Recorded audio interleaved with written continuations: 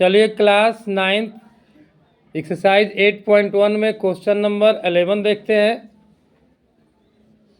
Question आपके सामने screen पर है, दिया हुआ है ए बी सी और डी ई एफ में ए बी बराबर डी ई, ए बी समांतर D E, B C is equal to E F और बी सी समांतर ई एफ है। शीर्षों ए बी सी को क्रमशः शीर्षों डी और ई एफ से जोड़ा जाता है। तो आकृति में देख सकते हैं फिगर, इसमें हम लोगों को चतुर्भुज ए बी ई डी समांतर चतुर्भुज सिद्ध करना है। ऐसे ही 1 से लेकर के 6 तक सिद्ध करना है, जिसको आप क्वेश्चन में देख सकते हैं।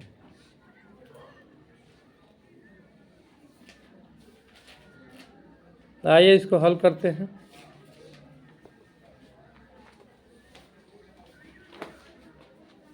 सिद्ध करना है कि ए बी ई डी एक समांतर चतुर्भुज है। दिया हुआ है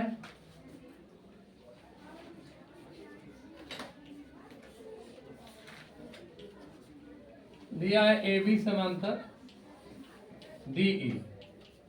फर्स्ट हो जाएगा ये ए बी बराबर डी ई, अतः 1 और 2 से एक एंड 2 से क्या मिल जाएगा, ए बी सी डी एक समांतर चतुर्भुज है।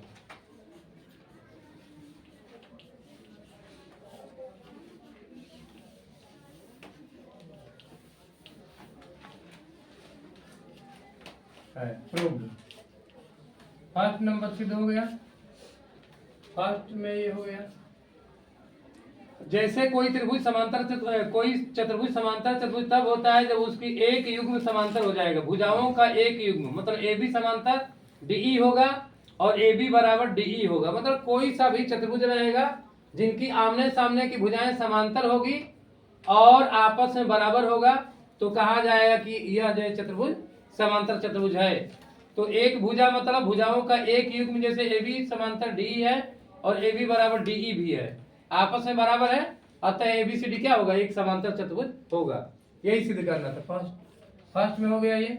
सेकंड में सिद्ध करना है चतुर्भुज बी ई एफ सी एक समांतर चतुर्भुज है। देखते हैं इसको, B E F C second number में हम लोगों को सिद्ध करना है कि बी ई, हाँ चतुर्भुज ये वाला बी ई एफ सी समांतर चतुर्भुज होगा। तो इसमें क्या दिया हुआ है हम लोगों को, चतुर्भुज के अंतर्गत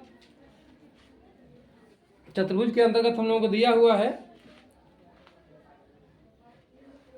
ए बी बराबर, तो पहले डी दिया ही था वो, तो ए बी बराबर डी ई। अब यहाँ पर बी सी बराबर ई एफ, हाँ बी सी बराबर ई एफ भी दिया है और बी सी समांतर ई एफ भी दिया है। तो सिमिलरली ऐसा ही हो जाएगा। इसमें भी दिया हुआ है कि बी सी बराबर ई एफ और ये बी सी समांतर ई एफ। इसमें भी दिया है कि बी सी बराबर ई एफ, बी सी बराबर ई एफ तथा दूसरा दिया हुआ है बी सी समांतर ई एफ। तो 1 और 2 से क्या मिलेगा, 1 एंड 2 से बी सी ई एफ एक समांतर चतुर्भुज है, एक समांतर चतुर्भुज है।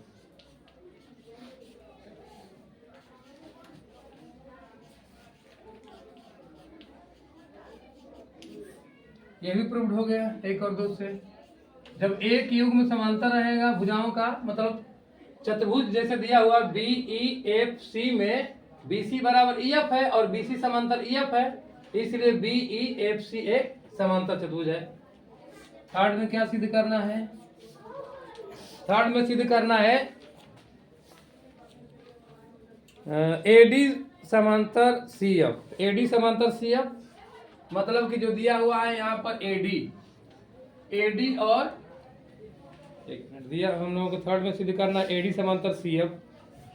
ये रहा ए डी समांतर सी एफ और ए डी बराबर सी एफ सिद्ध करना है। ए डी बराबर सी एफ, ए डी समांतर सी एफ और ए डी बराबर सी एफ ये लाना है।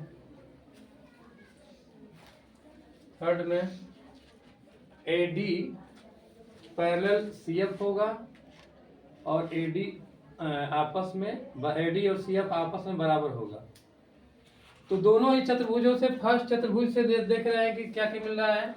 BC बराबर EF है, BC बराबर EF है और क्या मिल रहा है,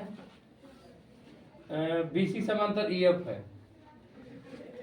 हाँ, तो सिर्फ हम लोग जो फर्स्ट से देख लेते हैं। AB बराबर D दिया है, जितना AB है उतना DE है, इसे नहीं। हाँ, इसमें हम लोग ABCD एक समांतर चतुर्भुज पहले सिद्ध कर चुके हैं कि ABCD एक समांतर चतुर्भुज है, ये सिद्ध कर दिया गया है। वही लिखे हैं कि ABCD एक समांतर चतुर्भुज है, अतः AD बराबर B होगा और AD समांतर BE होगा। और इसी तरह से दूसरे वाले में हम लोग सिद्ध कर दिए कि BCEF एक समांतर चतुर्भुज है। तो यहाँ पर हम लोग लिख रहे हैं कि BCEF एक समांतर चतुर्भुज है। तो BCEF अगर समांतर चतुर्भुज है तो 1 और 2 से हम लोग तुलना करेंगे। समीकरण 1 और समीकरण 2 से तुलना कर लेंगे तो हम लोगों को प्राप्त हो जाएगा ACFD एक समांतर चतुर्भुज है। इस तरह से थर्ड वाला मतलब प्रूव्ड हो गया। थर्ड वाला जो पूछा है ये जो मतलब सिद्ध हो गया। थर्ड वाला एक फोर्थ वाला है, फोर्थ वाला यहीं पर सिद्ध हो रहा है, क्योंकि उसमें दिया है ACFD समांतर चतुर्भुज है, सिद्ध करना है। ये सिद्ध हो गया फोर्थ वाला। और जब फोर्थ वाला सिद्ध हो जाएगा कि मतलब ये समांतर चतुर्भुज है, तो हम लोग लिख लें कि AD समांतर CF और AD बराबर CF। ये थर्ड वाला हो गया प्रूव्ड।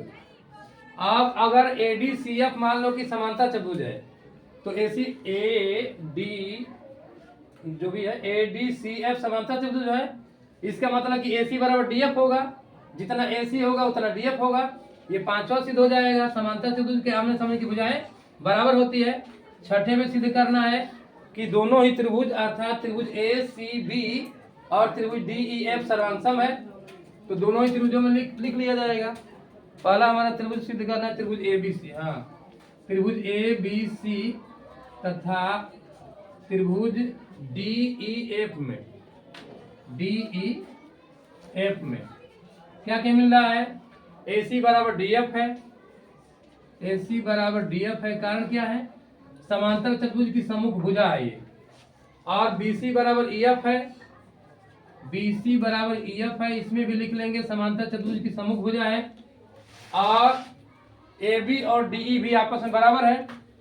AB बराबर AB जितना है उतना DE होगा। ये भी समांतर चतुर्भुज की सम्मुख भुजा है, तीनों मिल गया। अतः त्रिभुज ABC सर्वांगसम त्रिभुज DEF यही सिद्ध करना। S से सिद्ध हो जाएगा।